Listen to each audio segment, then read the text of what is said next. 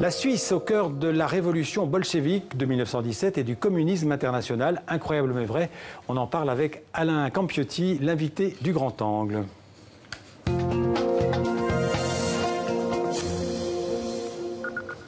Bonjour Alain Campiotti. Bonjour. Alors vous êtes un grand journaliste suisse, on peut le dire, passionné d'histoire. Vous avez collaboré à de nombreux médias, entre autres pour le Nouveau Quotidien, qui n'existe plus aujourd'hui, je crois, et puis le journal Le Temps.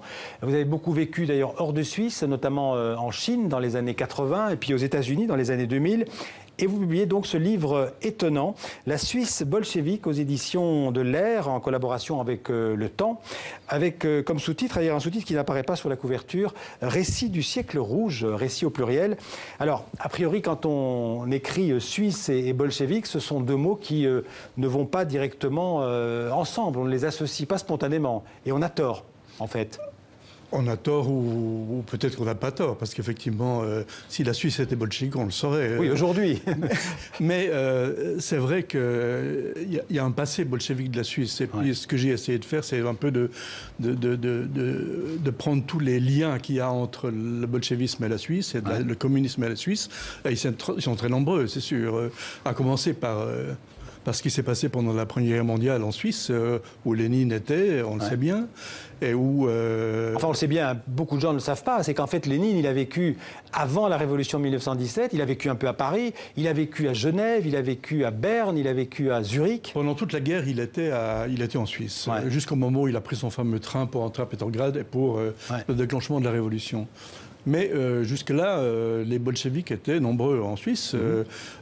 Lénine et d'autres, comme Trotsky, étaient membres du Parti socialiste suisse. La section de Zurich acceptait les membres étrangers. Et Lénine, en particulier, était très actif dans le Parti socialiste suisse et a essayé de pousser dans une voie révolutionnaire. Oui, d'ailleurs, il a même imaginé de faire la révolution en Suisse. À certains moments, les bolcheviks, qui n'étaient pas très sûrs que la révolution arriverait en Russie, on pensait que ça pouvait arriver ailleurs et en Suisse. Lénine se demandait si la Suisse étant entraînée dans le conflit mondial, envahie peut-être, une révolte pourrait pas déboucher sur une révolution. Alors, il y a un personnage central dans votre livre, en tout cas, le livre s'ouvre et se referme sur lui, c'est Reinhold Thiel, ou Thiel. Thiel. Alors, qui est ce personnage, en fait, Reinhold Thiel, qui est inconnu, en fait, du grand public? C'est comment dirais-je, un militant communiste, mais il n'avait que 14 ans, j'ai vu, à la mort de Lénine. À la mort de Lénine, il avait 14 ans, c'est ça. Mais quelle est son importance? Enfin, son importance dans le mouvement communiste mondial, elle n'est pas grande. Mais pour moi, elle était grande parce que c'est par lui que je suis entré dans cette histoire, si vous voulez. C'est un communiste suisse, mais c'était complètement inconnu en Suisse. Personne n'avait jamais parlé de lui. Il a été actif dans le Comintern, il a été brigadiste et commissaire politique pendant la guerre d'Espagne. Il a participé à la résistance en France, à Paris et dans un maquis en province. Et après la guerre, il a été un homme d'affaires au service du parti, dans l'ombre ou avec un personnage du Parti communiste français qui est bien connu, ou qui était très peu connu, mais qui est obscur, qui s'appelle Jean Gérôme. Jean Gérôme, dont vous parlez aussi. On peut en parler de Jean Gérôme. En fait, Jean Gérôme, c'était un membre du Parti communiste français, mais qui n'était pas très connu, mais qui a eu un rôle important quand même dans le Parti communiste français, entre Paris et Moscou. Oui, en fait, c'est un Polonais, Jean Gérôme. Il s'appelle Michael Fantour. Et il est venu en France. Et très vite, il a travaillé dans l'Internationale communiste, dans le Comintern, comme un agent extérieur du Comintern, si vous voulez. Et après, il a été, d'une certaine manière, il a fourni l'armement des brigades internationales pendant la guerre d'Espagne. Il a été toujours dans l'ombre des dirigeants, mais sans jamais être au premier rang. Et puis après, à la guerre, il a effectivement... il a chapeauté toute une série d'organisations économiques qui avaient un rôle pour le parti. Alors ce livre, il est plein d'anecdotes, plein de personnages. Alors pour revenir d'ailleurs à Reinhold Thiel, vous dites que, ironie de l'histoire, sa tante, ça c'est très drôle, Céline Thiel, elle a été la gouvernante des enfants du futur président américain Roosevelt. Oui, c'est extraordinaire. Et dans les archives de Roosevelt à Hyde Park, près de New York, où est la bibliothèque Roosevelt, on voit des traces de la tante de Reinhold Thiel, de ce communiste suisse.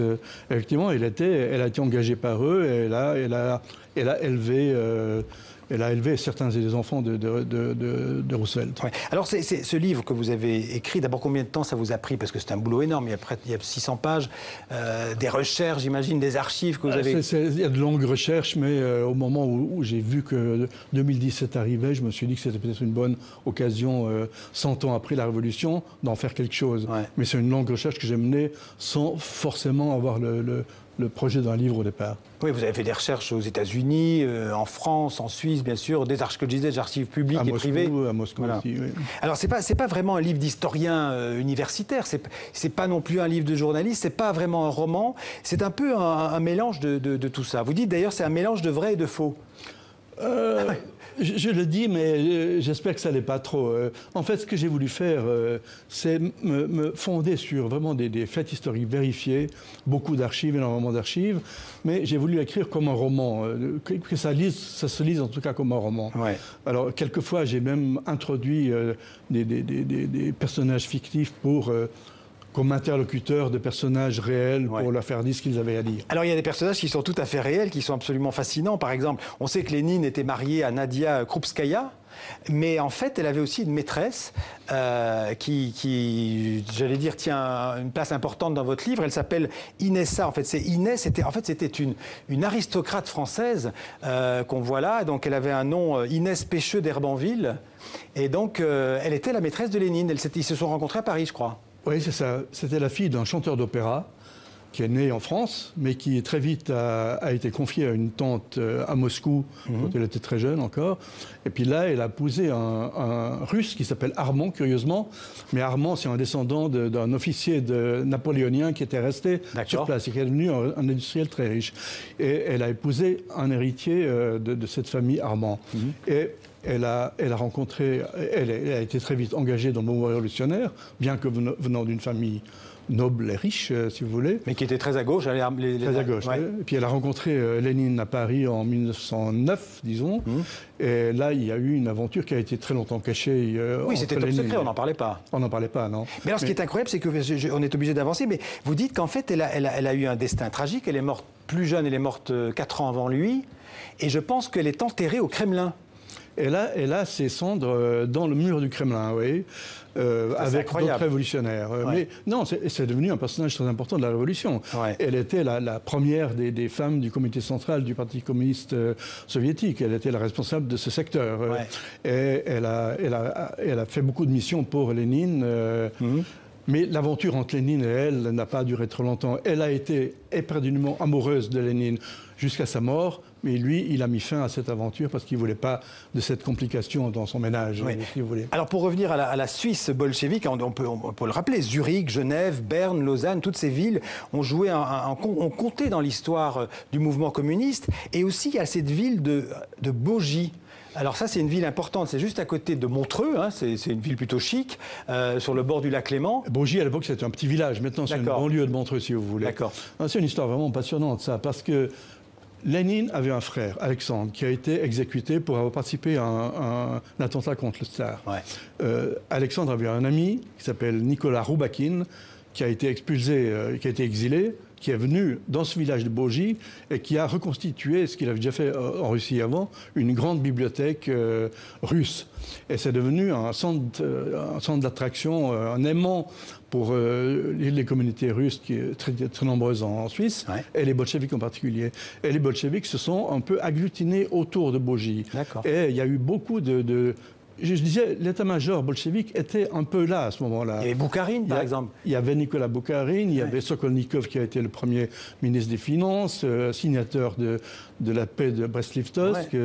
En 1918, Il y a le premier patron de l'armée rouge, Krylenko, qui est devenu ensuite procureur général. Et beaucoup d'autres gens étaient là. Tous ces noms, d'ailleurs, traversent votre livre. Hein. On peut encore parler de Zinoviev, de Radek, c'est tous des noms qui ont marqué l'histoire. Par exemple, Zinoviev et Boukharine sont des gens qui se sont, après, qui ont été, après la mort de Lénine, qui sont devenus les amis de Staline, et puis les ennemis de Staline, et ils ont été exécutés tous les deux dans les grands procès dans les années 30. À vrai dire, ce qu'on peut dire, c'est que tous les gens qui étaient à Bogie, à Lausanne, à Berne, à ce moment-là, ont été exécutés par Staline. Alors, enfin, il y a plein de choses dans le livre. Il y a encore une figure très importante, c'est celle de Willy Münzenberg, qui vivait à Zurich. Et lui, alors, c'était un communiste allemand qui était un grand ami de Lénine. Oui. C'est un personnage vraiment extraordinaire, Münzenberg. Au départ, c'est un apprenti allemand qui a été chassé d'Allemagne parce qu'il était trop muant, qui est venu à Zurich. Et il est venu à Zurich l'animateur des jeunesses socialistes suisses et européennes. Il dirigeait 2 journaux, dans la même rue que Lénine. Et il est devenu un très proche de Lénine. Les Suisses l'ont arrêté parce qu'il était trop muant aussi. Et ils l'ont expulsé le jour de la paix, en 18, le jour où une grève générale a éclaté en Suisse, ce qui fait partie de l'inquiétude bolchevique en Suisse qui a été réelle à ce moment-là. Et Münzenberg ensuite a été expulsé en Allemagne. Il est devenu un grand patron de presse en Allemagne. Lénine l'a chargé de l'agitation et de la propagande du mouvement communiste au niveau mondial. Et quand il a été chassé d'Allemagne par les nazis, il est venu à Paris, il a fait le même travail qu'il faisait à Berlin. Et je peux parler de sa fin en 2 mots, peut-être. Oui, à la fin, quand vous posez une question, allez-y. À la fin, il a rompu avec Staline. Il a vraiment rompu radicalement avec Staline. Et on l'a trouvé pendu près de Grenoble en 1940. Comment se fait-il qu'avec tous les communistes qui sont passés par la Suisse, jamais le Parti communiste suisse n'a jamais été très, très fort? Pas très fort, mais en Suisse romande, il a joué un rôle quand même. Actuellement, Lausanne est dirigée depuis longtemps par une monsieur de gauche auquel... Donc il y a encore des traces, on peut dire aujourd'hui, de ce passé historique? Lausanne est dirigée par 7 conseillers, dont un communiste. Et donc ça existe encore, et ça a existé en Suisse romande de façon minoritaire, mais pas négligeable. Un dernier mot, Alain Campetti. Vous avez vécu en Chine, vous auriez pu écrire un bouquin sur le Parti communiste chinois. Pourquoi vous vous êtes intéressé particulièrement à ça? Parce que c'est la Suisse et parce que je crois que ce livre raconte beaucoup de choses qui ne sont pas très connues. C'est vrai. En tout cas, on découvre, pour les amoureux et les passionnés d'histoire, c'est un livre absolument fascinant. Merci en tout cas d'être venu nous en parler dans le 64 minutes sur TV5 Monde. Merci beaucoup. Merci Alain Campetti, je rappelle le titre donc, de ce livre, ce gros livre mais passionnant, La Suisse bolchevique aux éditions de l'Air. Merci.